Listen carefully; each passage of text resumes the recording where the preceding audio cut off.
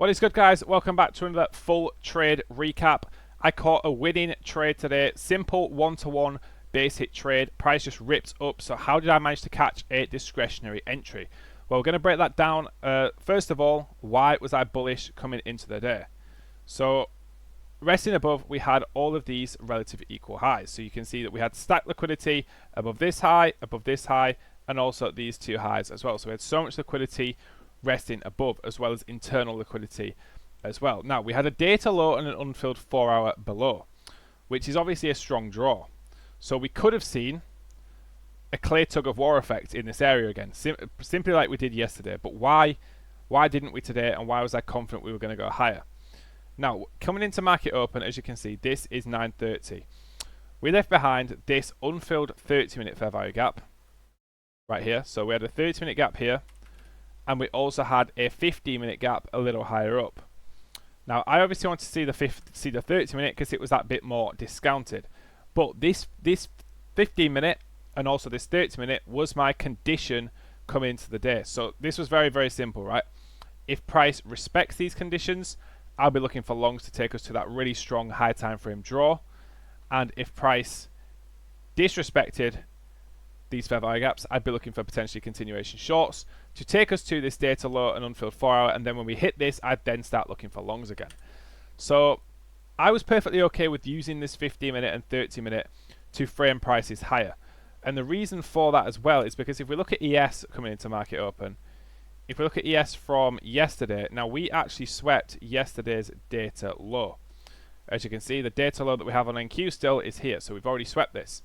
If we go into the 4-hour chart, you can see that we also already mitigated that 4-hour unfilled that we have on NQ, meaning that ES is already in that spot of distribution, meaning that we do not have to trade to these levels on NQ, especially if we respect high time frame gaps that are protecting this level. So if we go back to NQ here, you can see my bias is clearly bullish, providing we respect these key levels. So I'm looking for a delivery off these high time frame key levels. Now, my dream scenario today was a Judas swing. If we look here, we could have got a nice manipulation lower and then gone higher, which is exactly what happened. But why did I not manage to catch an entry off of open? Because I didn't actually take a trade off of open today. So this was the Judas swing we got here. I did not manage to catch a trade here. Reason being, I do not trade the 15-second chart. Now, here is the 30-second chart to start with. So we did not have a clear 30-second inversion at all in this gap. We only had a change in the state.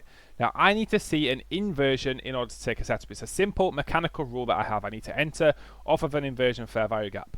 Also, I do not trade the 15-second chart. The 15-second inverse was the only time frame inverse we actually had here.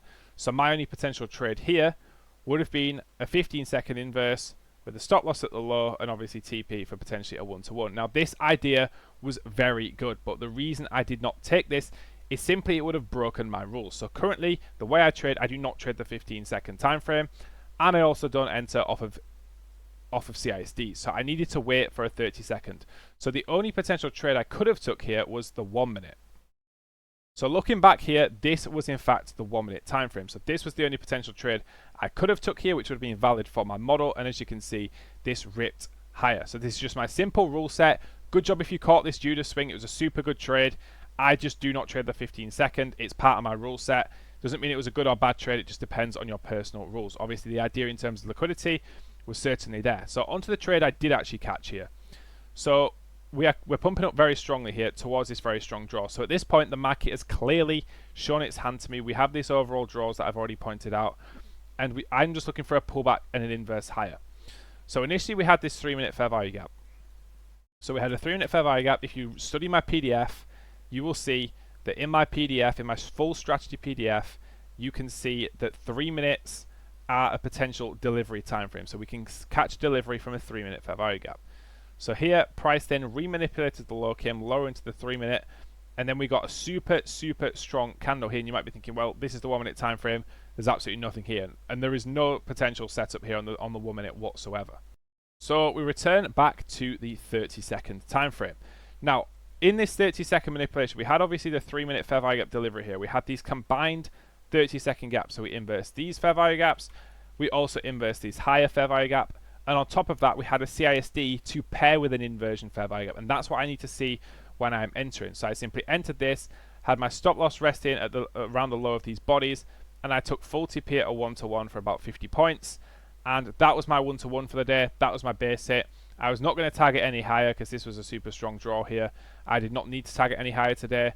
We'd already had a big bullish move up as well, so I obviously didn't know how long that was going to continue for. And my draw on liquidity, my overall draw on liquidity, was obviously here. So I had no reason to hold any higher than this, so I simply took profits at a 1-to-1. This is a little bit more of a discretional entry, but when you think about it, mechanically it is 100% valid. We have a 30-second IFVG, we have a 30-second IFVG here, we close with a CISD, and we have that 3-minute fair value gap delivery from this gap, giving us that continuation model, which was also supported by the fact that we also had this 30-minute delivery as well from down here, which I previously spoke about.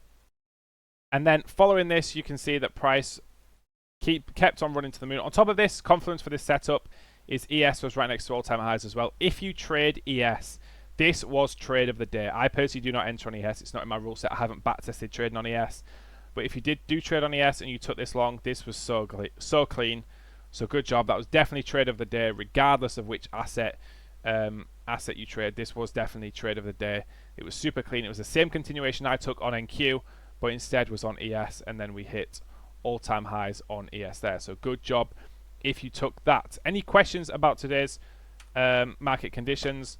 Do let me know. Drop me a message on Discord or drop it in the comments, and I'll try reply to everybody that asks me anything.